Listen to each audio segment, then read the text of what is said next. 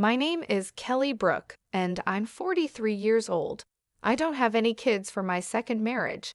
My husband is a kind man who never misses our monthly dates, no matter how busy he gets. He always keeps his promises. I know I shouldn't compare him to my first husband, but I've never regretted my divorce, and I've never regretted getting remarried. This month is our 8th wedding anniversary. My husband reserved a table at a fancy restaurant with a view of the sea. I thought we were going to have a wonderful time, but then I ran into the last person I wanted to see, Jeremy Clarkson, my ex-husband from 13 years ago. We were about to leave the restaurant after finishing our meal when my husband excused himself to go to the restroom. I was admiring the ocean view from the window, thinking about the beautiful moments my husband and I had spent looking at the sea together. Just then, I heard someone call my name. When I turned around, I saw Jeremy. "Hey, what's so beautiful? Do you think a regular ocean looks nice to someone like you, who's basically broke?" "Jeremy, long time no see. Why are you here?" "Why am I here? I should be asking you that," Jeremy said, sitting down in the chair my husband had been using, looking at me as if I was a joke. I put up with those eyes for a whole decade of our marriage. I never thought I'd run into you here. Can someone like you, who doesn't have much money, really eat at a fancy place like this? Can you even afford it? Or is this a once-in-a-lifetime thing? It's our wedding anniversary. Ah, I see. Poor people can only come to places like this on anniversaries, huh? I come here often, you know. You're still pathetic. Isn't there someone with you? Yeah, there is. I just sent her to pay. You know, handling money is a woman's job. I thought to myself that he was still the same, always belittling women. Then I saw her his lover from 13 years ago.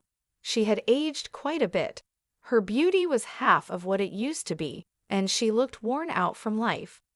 I guess Jeremy has been living the good life while his wife suffers. You're still wearing shabby clothes, aren't you?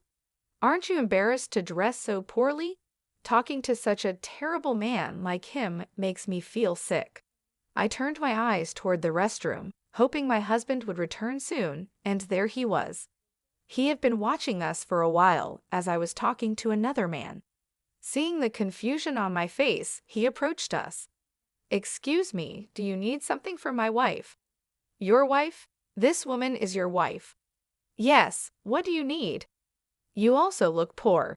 I guess poor women always remarry poor men." "Please don't be rude. My husband is a very respectable man." Jeremy snorted in disapproval at my response. "Imph, you must be just a useless broke man then." He glared at my husband. I thought to myself, this man really hasn't changed at all. Jeremy was always very selfish. Although he worked for a big company, it was unclear if he was really good at his job. He was good at sucking up to his boss, though. He blamed his mistakes on his juniors and loudly claimed their achievements were because of his guidance. How he managed to climb the corporate ladder is beyond me, but by the time we divorced, he had become a manager. Jeremy always claimed he was an elite employee, but I never thought of him that way. I graduated from a prestigious university, Jeremy would always brag. Not just any university, but one of those special ones. When I was dating him, I believed his exaggerated stories and thought he was really smart. But when we got married, I discovered that was his only real talent. Plus, he constantly put me down, even though I only completed high school. "Your parents were too poor to send you to university, right? But it's good for you. You didn't have the brains for it anyway. If your family had been rich, you would have had to go to university, but it would have been impossible for someone as stupid as you." "My family wasn't poor. I just wanted to start working sooner rather than going to college." Ah, enough with the excuses. You can't stop making excuses, can you? You're an incompetent woman after all. But it's good for women, isn't it? Even if they're incompetent or stupid, as long as they have good looks, they can get by. If they catch a competent man, they can live well. I never thought he would say such things before we got married, so his change after marriage was shocking. Plus, his parents weren't wealthy landowners. His father was just a director, yet he still looked down on anyone he thought was poor. You really can't do anything right. You're bad at cooking, you can't clean, and you can't even have kids. Marrying you was a huge mistake, he would say. It wasn't a physical issue that stopped me from having kids. It was the stress caused by Jeremy. My family always valued being careful with money and appreciating what we had. But when I cooked with radish leaves to save money, he yelled, "Are you trying to feed me trash?" and threw them in the garbage. It made me realize just how different we were. One day, he told me he had a lover. The woman was much younger than he was. He pushed for a divorce, saying it was better for him to remarry a younger woman. I was glad to divorce such a man, so I signed the papers. "Who is this man, Kelly?" my husband asked.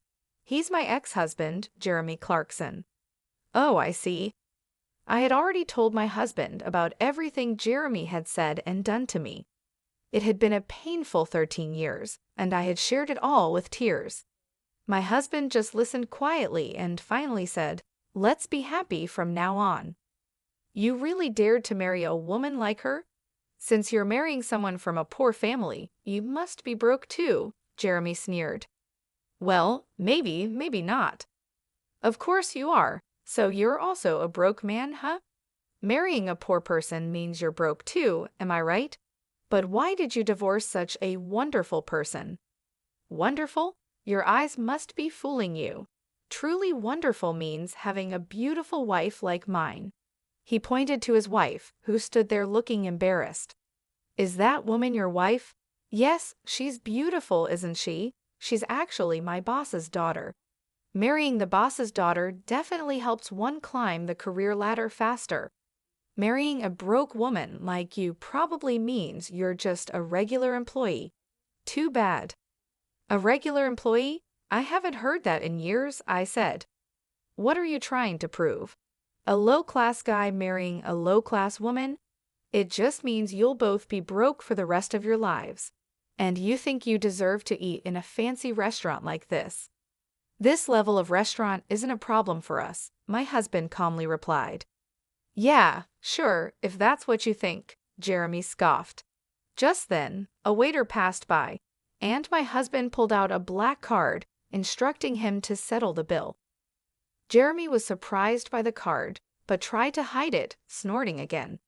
"Is that a black card? Showing off a card like that here? You're not used to it, are you? You must have borrowed it from someone." "Flashing the card around, but later you'll have to pay back the person who lent it to you, right? I bet you're scared to spend money in a place like this. It's all just an act." Funny thing to say. Who would lend their card, I wonder? No matter how naive someone is. "They wouldn't lend out a card like this," my husband replied. "How would you know that, Jeremy? You shouldn't say such insulting things," I added. "What's insulting? I'm just stating the truth. There's no way you could be wealthy if you married a poor woman like her." "My wife is poor, you say?"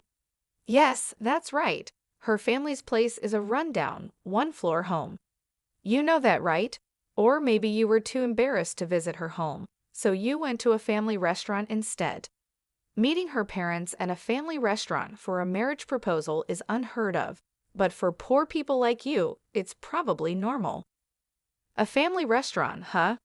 The fact that you thought of that means you must have done it yourself, right? If you hadn't experienced it, you wouldn't have thought of it." "What are you talking about? I'm not short on money. I wouldn't do something so cheap." "Yet you came up with it. I never would have thought of that," my husband said, then turned to me. "Right, Kelly? What about you?" "Well, I think I'd like to go to a family restaurant occasionally, but we rarely get the chance," I replied. "Exactly, you're lying. When you were with me, you were happy to go to family restaurants." "That's because I had never really been to one before." "Oh, I bet. You sure talk big now, coming to a fancy restaurant like this, acting all important." "Maybe that's you. It seems like you don't fit in this kind of place." "What? You think I don't fit in here? There's no way I'm out of place. You're the one who doesn't belong here. Do you even know who I am?" Why would I know you? If you want me to remember you, just become famous. My husband replied.